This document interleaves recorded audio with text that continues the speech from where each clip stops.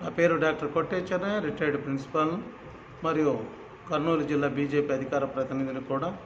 జ్యోతిరావు గోవిందరావు పూలే భారతదేశ సామాజిక సంస్కర్తలలో ముఖ్య పాత్ర పోషించిన ప్రముఖ సామాజిక కార్యకర్త.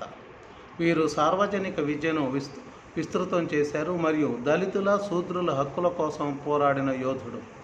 ఆయన మహారాష్ట్రలోని పూణేలో 11/4/1827 జన్మించారు. వారి తల్లిదండ్రులు చిమన పూలే, గోవిందరావు పూలే. వారు భార్య సావిత్రిబాయి పూలేతో కలిసి భారతదేశంలో శ్రేష్టమైనటువంటి సామాజిక సేవలను అందించారు. సామాజిక సమానత్వం కోసం జ్యోతిరావు పూలే కుల వ్యవస్థను తీవ్రంగా విమర్శించారు. ఆయన దళితులు, మహిళలు మరియు ఇతర వెనుకబడిన వర్గాల కోసం, వారి సమానత్వం కోసం పోరాడారు.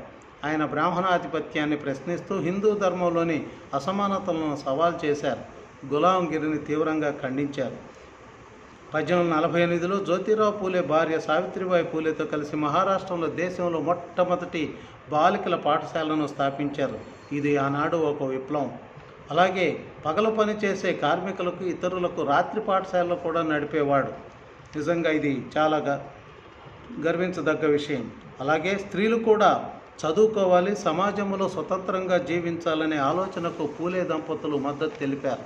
అదేవిధంగా వితంతు వివాహాలకు మద్దతు తెలిపారు. వితంతువుల శ్రమను దోపిడీ చేయడం, వారి స్వేచ్ఛా స్వాతంత్రాన్ని హరించడాన్ని గట్టిగా వాదించాడు. సావిత్రిబాయికి చదువు చెప్పి స్వయంగా శిక్షణ ఇచ్చి ఉపాధ్యాయురాలుగా తీర్చిదిద్దారు. వీరు 24/9/1873లో సత్యశోధక సమాజం అనే సంస్థను స్థాపించారు. ఈ సంస్థ ద్వారా కుల వ్యవస్థ నిర్మూలన, సామాజిక సమానత్వం మరియు ధార్మిక సంస్కరణలను ప్రోత్సహించి అణగారిన వర్గాల అభ్యున్నతి కోసం తీవ్రంగా పోరాడారు. దళితులు మరియు ఇతర వెనుకబడిన వర్గాల అభివృద్ధికి పూలే దంపతులు ప్రత్యేక శ్రద్ధ చూపారు. ఓబీసీల హక్కుల గురించి, భూ సంస్కరణల గురించి, ధనవంతుల శ్రమదోపిడి గురించి ఎప్పటికప్పుడు అధికారులకు సమాచారం ఇచ్చేవాళ్ళు. వీరు వితంతువుల పునర్వివాహానికి మరియు బాల్య వివాహాల నిర్మూలనకు వారు ఎంతో శ్రమించారు. అదేవిధంగా పూలే ఈ పనులన్నిటికీ కావాల్సిన డబ్బుల కోసం ఆయన కాంట్రాక్టర్గా అవతారం ఎత్తాడు. పూనా పబ్లిక్ వర్క్స్ డిపార్ట్మెంట్లో కాంట్రాక్టర్గా చేసేవారు. అతని సామాజిక సేవలకు, స్కూలు నడపటానికి, ప్రజలలో సామాజిక అంశాలపై అవగాహన సదస్సులు నడపటానికి ఆదాయ మార్గంగా ఈ కాంట్రాక్టర్ వృత్తిని ఎంచుకున్నాడు. సమానత్వము, న్యాయము, హేతుబద్ధత అనేవి ఆయన నరాల్లో జీర్ణించుకుపోయాయి. బ్రాహ్మణుల ఆధిక్యతను తీవ్రంగా ఖండించాడు. జ్యోతిబా కార్యక్రమాలకు కులమత భేదం లేకుండా అందరూ ముస్లిమ్సు, బ్రాహ్మిన్స్, ప్రభుత్వాధికారులు, పూలే కులమైన మాలీ కులస్తులు పూలేకు నాయకత్వంగా ఎదగటానికి మరియు ఆర్థికంగా ఎంతో మద్దతు ఇచ్చేవారు.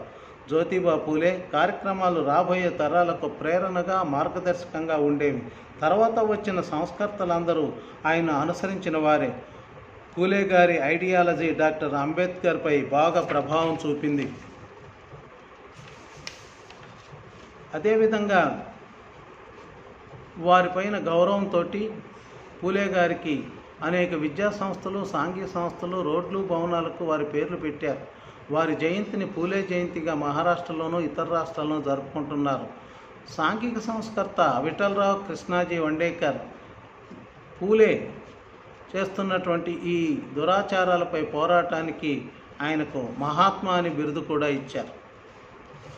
ఆ విధంగా జ్యోతిరావు పూలే ఆశయాలు భారతదేశ సామాజిక సంస్కరణలపై గణనీయమైనటువంటి ప్రభావాన్ని చూపాయి. నేడు ఈరోజు మహిళలు, శూద్రులు, ఇతర ఓబీసీలు ఇంత ఉన్నత స్థాయికి ఎదగటానికి ప్రధాన కారణము జ్యోతిరావు పూలే యొక్క సంస్కరణలు, వారి పోరాటం. ఆయన సేవలు మహిళా విద్య, దళిత హక్కులు మరియు సామాజిక సమానత్వం కోసం నేటికి ప్రేరణగా నిలుస్తున్నాయి. ఆ విధంగానే కొనసాగుతున్నాయి. భారతదేశంలోని సామాజిక మార్పులు చరిత్రలో ఆయన అజరామరమైనటువంటి వ్యక్తిగా నిలిచిపోతారు. ఆయన చివరగా ఒక కొటేషన్ చెప్తూ ఉండేవాడు జ్యోతిరావు పూలే.